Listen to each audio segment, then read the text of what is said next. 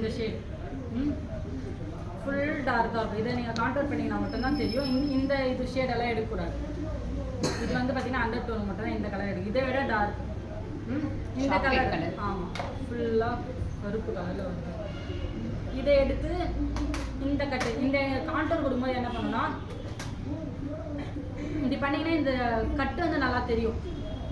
இப்போ நாங்கள்லாம் பண்ணும்போது அப்படியே ஸ்ட்ரைட்டாக கூட நாங்கள் இப்படி போட்டுருவோம். இதே நீங்கள் ஃபஸ்ட் டைம் பண்ணுறீங்கன்னும் போது அவங்ககிட்ட இப்படி பண்ண சொல்லுங்கள். இப்படி பண்ணாங்கன்னா இந்த இடம் கட்டு நல்லா தெரியும். இந்த கட்டில் சும்மா ஒரு கோடு தான் தோணும். ரொம்ப இப்படி நீட்டாலாம் எடுத்தீங்கன்னா ரொம்ப சப்பையாக தெரியும், நல்லா இருக்காது. சும்மா லைட்டாக இந்த இடத்துல அது போடும்போது நீங்கள் பார்த்தீங்கன்னா உங்களுக்கு இன்னும் தெளிவாக புரியும். இந்த இடத்துல இப்படி கட் கொடுத்துட்டு பிளண்டிங் ப்ளஷ்ஷு போட்டும் பிளெண்ட் பண்ணணும். பிளெண்டரில் பிளெண்ட் பண்ணணும். பிளெண்டர் பார்த்தீங்கன்னா பிளெண்டருமே ஹுடா பியூட்டி பிஎஸ்சி இதெல்லாம் வருது. நீங்கள் என்னது ப்ராடக்ட் பிராண்டு பார்க்குறீங்களோ இல்லையோ 100 மேலே வாங்கினீங்கன்னா தான் பிளெண்டர் நல்லாயிருக்கும்.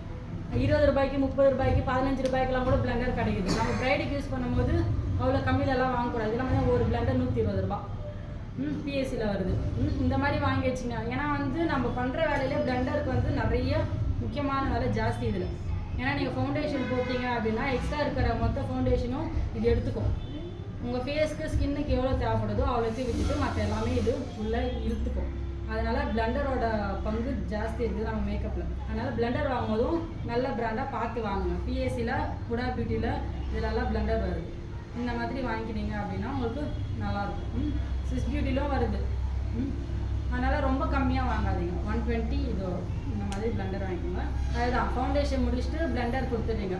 ஃபஸ்ட்டு ப்ரஷ்லேயே ஃபவுண்டேஷன் அப்ளை பண்ணணும். ப்ரஷ்ஷில் அப்ளை பண்ணிவிட்டு அதுக்கப்புறமா பிளெண்டரில் இப்போ நான் ஃபஸ்ட்டு அப்ளை பண்ணிடுற ஃபவுண்டேஷன் அப்ளை பண்ணிவிட்டு எக்ஸ்ட்ரா இருக்கிறதெல்லாம் எடுக்கிறதுக்கு பிளெண்டர் போட்டுறீங்க. எக்ஸ்ட்ரா இருக்கிறதெல்லாம் வந்துடுது. அதுக்கப்புறம் ப்ளஷ்ஷு எப்படி போடுறீங்களோ அங்கே மட்டும்தான் பிளெண்ட் பண்ணணும். ப்ளஷ் போடும்போது இப்படியே எல்லாத்தையும் ஸ்ப்ரெட் பண்ணி விட்டிங்கன்னா இந்த இடத்துல ப்ளஷ்ஷு தெரியாது, அது ஸ்ப்ரெட் ஆகிடும் ஃபேஸ் ஃபுல்லாக. அதனால் ப்ளஷ் பண்ணிங்கன்னா எந்த வாக்கில் போட்டிங்களோ அதே வாக்கில் பிளெண்டர் இப்படி விடணும். கான்டோரும் அதே மாதிரி தான் இன்சைட்டில் வருது மேம் கான்டோரு.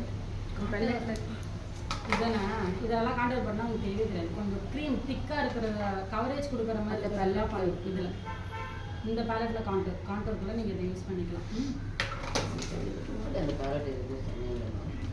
கரெக்டாக இருக்கு. இதுலேயும் இருக்கு பாருங்கள் கான்டோர். அதுக்கு தான் மேம் கேட்டேன் இன்சைட். இப்போ சம்டைம்ஸ் என்ன பண்ணுவாங்க பசங்க நான் சொல்கிறது பசங்க போர்ட்ஃபோலியோ பண்ணலாம் ஃபவுண்டேஷன் போட்டுருவாங்க, ப்ளஷ்ஷு போட மறந்துடுவாங்க, பவுடர் போட்டுருவாங்க.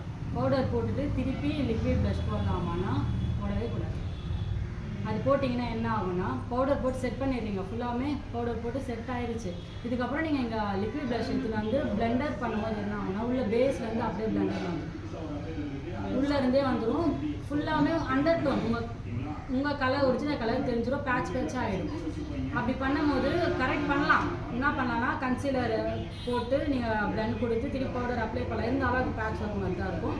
அந்த ஃப்ளாலெஸ் ஃபினிஷ் வராது. அதனால் என்ன பண்ணணும் அப்படின்னா ப்ளஷ்ஷு போடுறீங்க, ஃபவுண்டேஷன் கான்டோர் போடுறீங்க, பவுடர் போடுறீங்க. இப்போ நீங்கள் ப்ளஷ் போட மறந்துட்டீங்க அப்படின்னும் போது பவுடர் ப்ளஷ் யூஸ் பண்ணுங்க. பவுடர் ப்ளஷ்ஷும் வருது. இதுதான் பவுடர் ப்ளஷ். இது ப்ராடக்ட் பார்த்தீங்கன்னா சுகர். ஆஃப்டர் பவுடர் அப்ளிகேஷனுக்கு அப்புறம் நான் சொல்கிறேன். சரி இப்போ பவுடருக்கே போயிடலாம். இருங்க ஏதாவது சொல்கிறேன்.